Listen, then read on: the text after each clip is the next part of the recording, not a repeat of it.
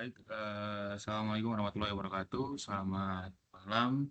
Eh, Baik, langsung saja kami dari kelompok CA akan mempresentasikan tugas besar sistem manajemen organisasi industri, di mana terdapat 4 anggota. Yang pertama ada saya, yaitu Mulia Tarmizi Ramadan Putra Ilmi, dan kemudian ada selanjutnya, silakan diperkenalkan terlebih dahulu. Saya Rebecca Fiona Simanjuntak dengan NIM 19. Saya Rahmat Angga Saputra dengan NIM 29. Saya Gazia Berliana dengan NIM 044. Baik, langsung saja ke bab 1, silakan dipresentasikan. Nah, di sini di bab 1 ini kita masuk di analisis value chain. Untuk bab 1 analisis value chain, kita jelaskan definisi pemetaan value chain dulu ya. Value chain merupakan rangkaian aktivitas bisnis yang dilalui perusahaan mulai dari pengadaan bahan baku hingga produk sampai kepada konsumen akhir, dengan tujuan menciptakan nilai maksimum melalui biaya yang paling efisien. Di pemetaan value chain ini terbagi menjadi 2 jenis, yaitu vertical chain yang menggambarkan alur proses dari input hingga output yang disalurkan kepada konsumen, serta horizontal chain yang menekankan kerjasama antar produsen dalam suatu klaster bisnis dan jaringan perusahaan untuk meningkatkan daya saing. Next, Kak. Nah, untuk perusahaan yang kita usung yaitu perusahaan UBS Gold atau dikenal dengan PT Untung Bersama Sejahtera.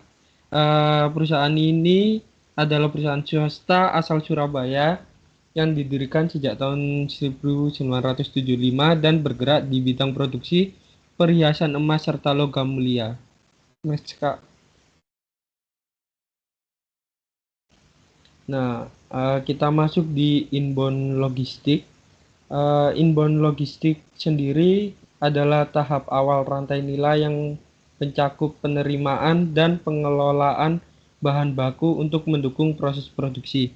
Pada UBS Gold, bahan baku emas diperoleh dari pemasok tersertifikasi, diperiksa kualitasnya melalui laboratorium internal, serta dikelola dengan sistem pergudangan terintegrasi guna menjaga efisiensi produk dan kualitas produk.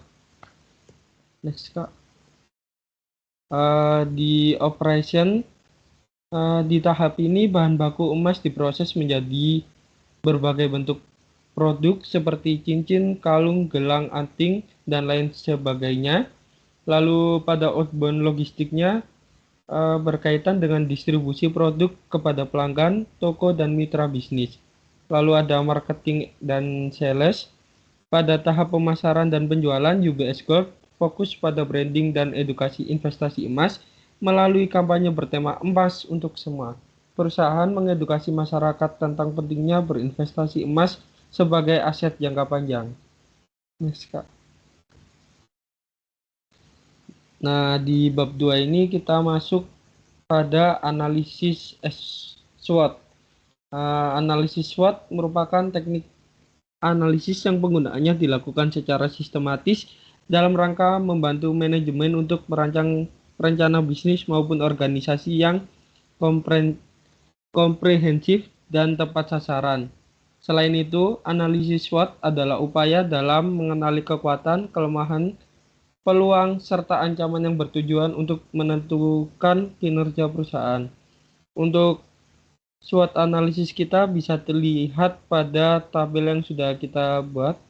Di sini ada strength, weakness, opportunities, dan threats itu sendiri. Boleh di next, Kak. Nah, lanjut di teman saya. Selanjutnya untuk bab 3, silakan. Untuk bab 3, proses bisnis existing, yaitu riset dan inovasi produk melalui pemahaman terhadap dinamika pasar serta kemampuan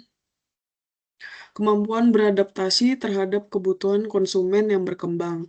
UBS Gold berhasil menghadirkan beragam varian perhiasan emas dan logam mulia yang diminati oleh segmen konsumen berbeda mulai dari fashion hingga investasi. Nah, yang pertama ada kebutuhan dan tren pasar, yang kedua pengembangan desain dan varian produk, ketiga inovasi, kualitas, dan standarisasi produk, dan yang keempat pemanfaatan teknologi dalam proses produksi, yang kelima inovasi layanan dan nilai tambahan produk. Bisa next, Kak.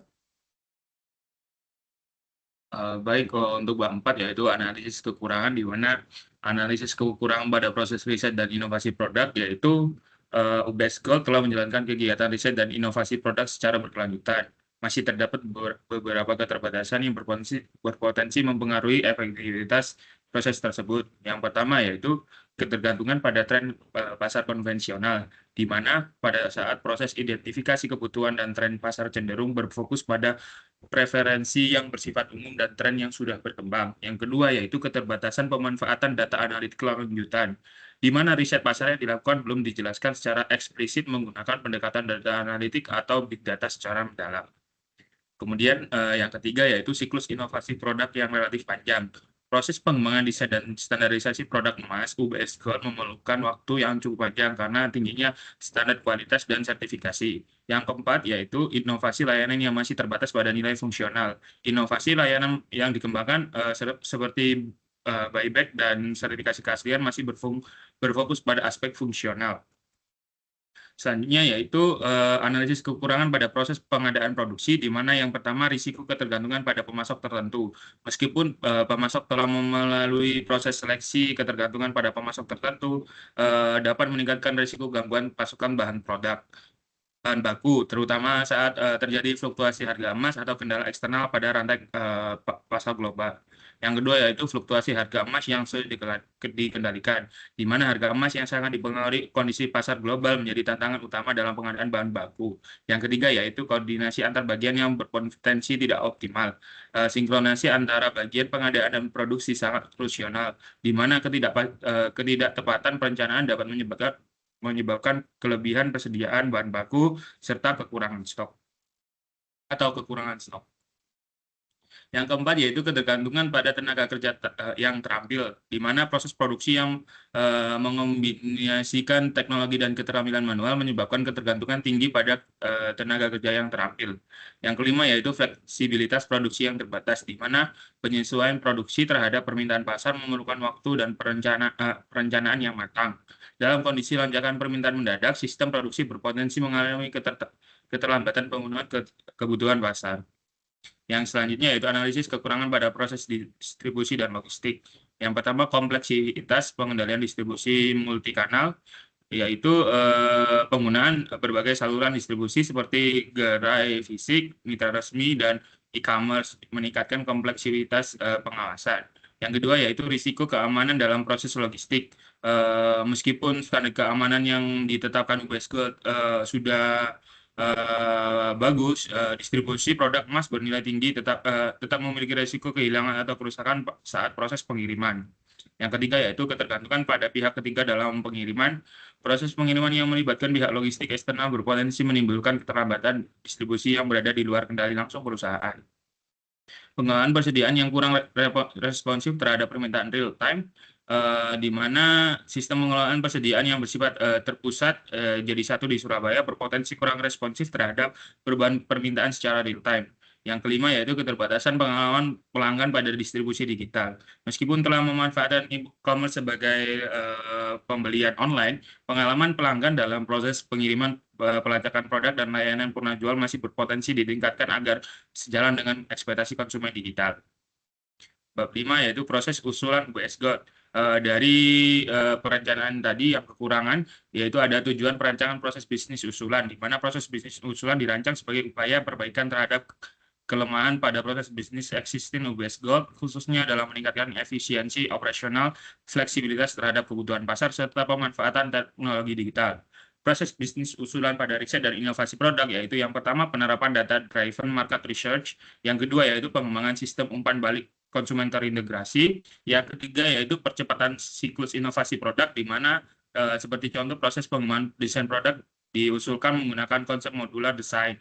Yang keempat yaitu penguatan inovasi layanan berbasis pengalaman pelanggan, di mana selain inovasi produk, UPS Gold tetap mengusulkan sebagai mengembangkan inovasi layanan berbasis customer experience seperti layanan konsultasi emas digital. Yang selanjutnya yaitu proses bisnis usulan pada pengadaan dan produksi. Yang pertama yaitu disverifikasi dan evaluasi pemasok secara berkala. UPS Gold diusulkan untuk menerapkan sistem evaluasi pemasok berbasis kinerja atau supplier performance evaluation yang mencakup aspek kualitas, ketepatan waktu, dan stabilitas harga. Yang kedua yaitu perencanaan pengadaan berbasis forecast. Permintaan proses pengadaan bahan baku diusulkan menggunakan metode peramalan permintaan atau demand forecasting. Yang kedua yaitu yang selanjutnya yaitu proses bisnis usulan pada distribusi dan logistik. Yang pertama yaitu integrasi sistem distribusi multikanal atau omnichannel. Yang kedua yaitu penerapan sistem manajemen persediaan real time. Yang ketiga ada peningkatan keamanan dan pelacakan logistik mungkin di beberapa truk dan pelacakan untuk bagian karyawan kerjanya. Yang keempat yaitu optimalisasi kerjasama dengan penyedia logistik. Yang kelima yaitu peningkatan layanan purna jual digital. Silakan yang selanjutnya bab 6. Baik, selanjutnya saya akan menjelaskan bab 6 yaitu tentang Raci Matrix. Nah, perlu diketahui terlebih dahulu, Raci Matrix itu merupakan alat manajemen secara mudah dipahami dengan singkatan yang berisikan responsible, accountable, consult, dan inform. Dengan menggunakan Raci Matrix, proyek atau usaha itu dapat memastikan bahwa setiap anggota tim dari usaha tersebut atau dari usaha UPS Gold itu mampu memahami peran mana untuk menghindari kebingungan dan meningkatkan efisiensi serta komunikasi dalam pelaksanaan proyek. Next, Kak. Nah, di sini terbagi menjadi 6 jabatan. Yang pertama, Direktur Utama merupakan accountable, di mana bertanggung jawab menetapkan kebijakan strategis, menyetujui segala keputusan yang penting seperti pengadaan baku dan lain-lain. Kemudian adanya manajer produksi sebagai responsible dan accountable, itu mengatur proses pembuatan perhiasan emas, mulai dari perencanaan produksi, pengelolaan tenaga kerja, hingga efisiensi penggunaan bahan baku. Kemudian manajer quality control itu accountable dan consult, itu memastikan kualitas kadar dan standar produk emas sesuai dengan regulasi dan spesifikasi, serta mampu menangani evaluasi dan perbaikan kualitas. Yang keempat yaitu manajer keuangan merupakan responsibel, di mana mampu mengelola arus kas, pencatatan transaksi, penetapan harga berbasis biaya, serta penyusunan laporan keuangan dan audit. Kemudian manajer pemasaran dan penjualan yang merupakan accountable, di situ menyusun strategi pemasaran, mengelola distribusi produk, menentukan target penjualan, serta menjaga hubungan dengan pelanggan dan mitra. Yang terakhir, staf operasional yaitu merupakan responsible, di mana mampu menjalankan kegiatan teknis harian seperti produksi, pengecekan awal kualitas, distribusi, dan layanan pelanggan, serta melaporkan hasil kerja kepada manajer terkait. Lanjut, Kak. Dan yang terakhir yaitu bab 7 yaitu terkait job description. Nah, definisi job description itu merupakan dasar penting dalam manajemen sumber daya manusia seperti adanya rekrutmen, penilaian kinerja, pembagian tugas termasuk yang di dalam Raci Matrix sebelumnya, adanya pelatihan serta pengambilan keputusan organisasi sehingga setiap posisi atau jabatan yang ada di usaha tersebut dapat memberikan kontribusi yang baik serta optimal dan akuntabel terhadap pencapaian tujuan perusahaan tersebut. Nah, adapun fungsi job description sebagai pedoman kerja bagi pemegang jabatan agar memahami apa yang harus dilakukan, kepada siapa bertanggung jawab, dan batas kewenangan yang dimiliki. Sekian, terima kasih dari kelompok CA. Apabila ada kekurangan kami mohon maaf. Assalamualaikum warahmatullahi wabarakatuh.